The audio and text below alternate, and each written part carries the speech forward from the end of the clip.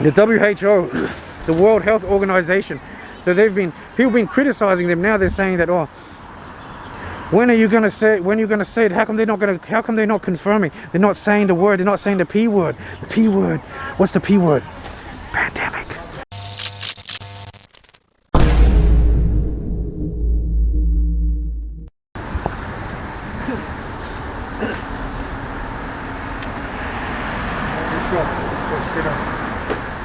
There's barricades. Every place has been set up with packages, little tents in front of every building.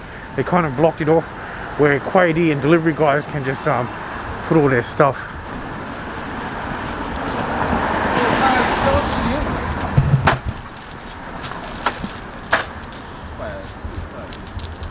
So basically at the front of every apartment it looks like this, where they've set up these little sort of makeshift tents, and they put all the boxes, order deliveries, everything, whether you order food or whether you order any packages, it gets delivered at the front, and then basically you just wait till the delivery guy comes out. He'll call you and you come downstairs to pick it up. So no outside people allowed to enter the building, and then every person is checked. There's no gate guard here today, he's not even checking, but normally when you enter the building there will be somebody that checks your temperature. You need to show them your little piece of paper, your little slip that you live here, and then they will let you in. But normally my building has a facial recognition scanner anyway, even from before.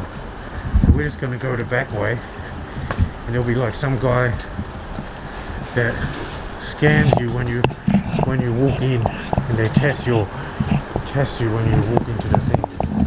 Hey, you're gonna do the thing. You're gonna facial scan.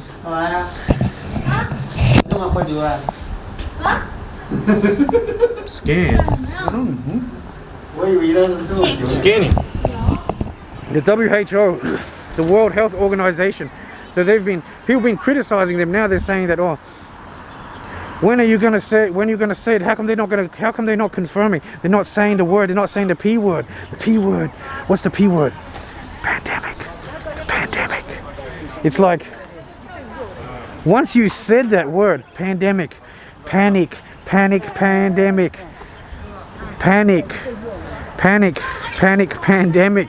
It sounds very the same, you know, like, and even they just said that this word, the WHO, they said that it doesn't matter what you call the situation because it's not going to stop someone being infected the next day. That is a fact.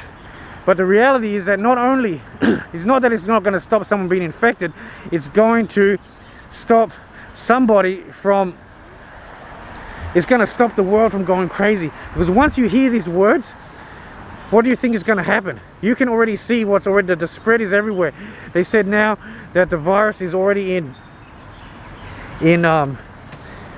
like 50 countries now. It's in 50 countries. It's on every continent except Antarctica. And there's little satellite groups of pockets of infection all around the world. The issue now, because it's been spreading around, that basically that it's self-contained communities. They have lost the trace of where it, before they could follow or find a trace of where it came from China, or somebody that met somebody in China. But now all these cases, like in Iran and Italy, places like that, they don't know where it came from. So then it's really hard to track. So yeah, the WHO, they still refuse to call this a pandemic. They won't say the P word is because they know once they said that, they expect mass chaos and disruption. And you can already see now it's already figuring that out, because actually like you can see the stock market crash just in the last 2 days. I think it's dropped down like $3 trillion. It's the fastest drop in history for the last couple of days. So like that's some big drop, and that's not even mentioning the word, the P word. So once they said that P word, things are really going to get out of hand. So if you look at it from their point of view, then you understand why that why they're not going to say the P word. Actually, some people might say that that if the WHO is more concerned with just the economy versus just the safety and the well-being of people.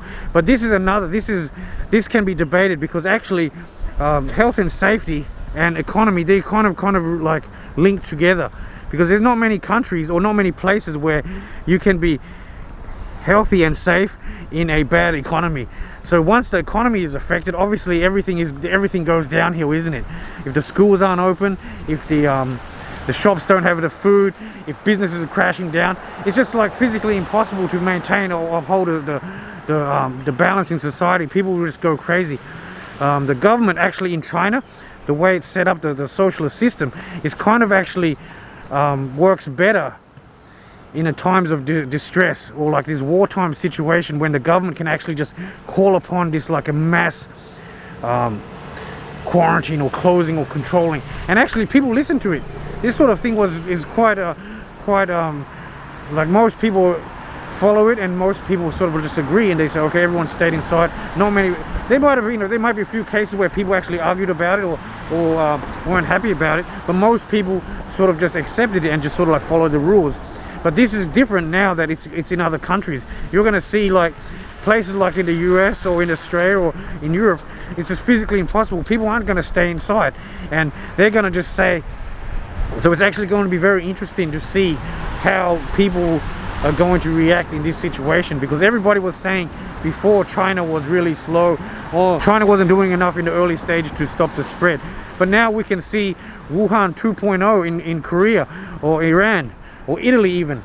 These sort of places are the same. If you didn't react quickly, well, how can the government react quickly and see what they can do? So this is going to be interesting to see now that it's not just in China, it's actually overseas, and how other countries are going to have to deal with it. So now that the virus is spreading, the window of containment is closing in, and basically they said it's closing in, but I think it's already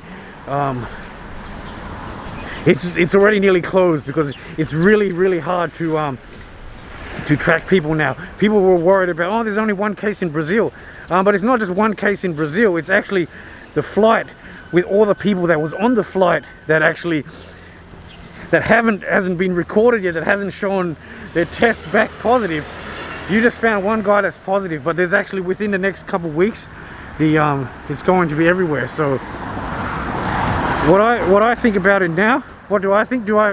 Actually, for me, before, I still feel the same way, is that I don't really fear being contaminated. I don't really fear the fear of getting infected.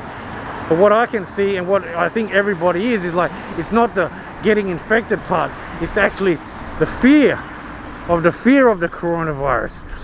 It's the fear of the virus is more scary and perpetuated as the boogeyman, you know.